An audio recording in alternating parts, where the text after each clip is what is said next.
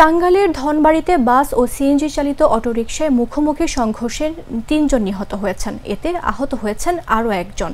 সোমবার দুপুর ১:৩০টার দিকে উপজেলার বাঘিল এলাকায় ঢাকা জামালপুর মহাসড়কে এই দুর্ঘটনা ঘটে। বিষয়টি নিশ্চিত করে ধনবাড়ী থানার ভারপ্রাপ্ত কর্মকর্তা এস.এম. শহীদুল্লাহ বলেন, ঢাকা থেকে ছেড়ে আসা জামালপুরগামী একটি যাত্রীবাহী বাস উপজেলার বাঘিল এলাকায় মধুপুরগামী একটি সিএনজির সঙ্গে মুখোমুখি সংঘর্ষ হয়। এতে ঘটনাস্থলেই সিএনজির একজন নিহত হন, আহত হন বেশ কয়েকজন। পরে আহতদের ধনবাড়ী হাসপাতালে নিয়ে গেলে চিকিৎসক দুজনকে মৃত ঘোষণা করেন। এ ঘটনায় বাসটি আটক করলেও এর চালক পালিয়ে গেছেন। দুর্ঘটনা কবলিত গাড়িগুলোর উদ্ধার করে পুলিশ হেফাজতে রাখা হয়েছে।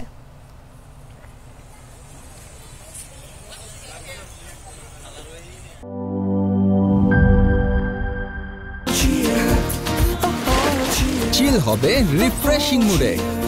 চিয়ার আপ, চলো উড়াই খুশি।